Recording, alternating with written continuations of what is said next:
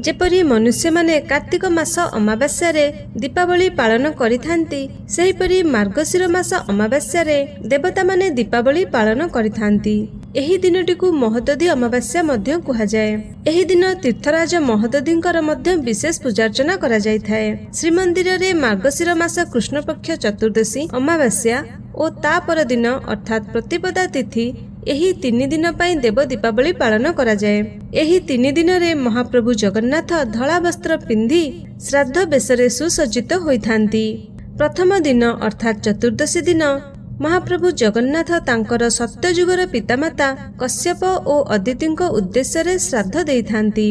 द्वितीय दिन अर्थात अमावास्या दिन महाप्रभु तांक त्रेता युगर पितामाता दशरथ और कौशल्याଙ୍କୁ श्राद्ध देइथांती एवं तृतीय दिन अर्थात प्रतिपदा दिन द्वापर युगर पितामाता नंद यशोदा एवं वसुदेव देवकी तथा कलियुगर पितामाता इंद्रद्युम्न और मां गुंडीचाଙ୍କୁ श्राद्ध देइथांती।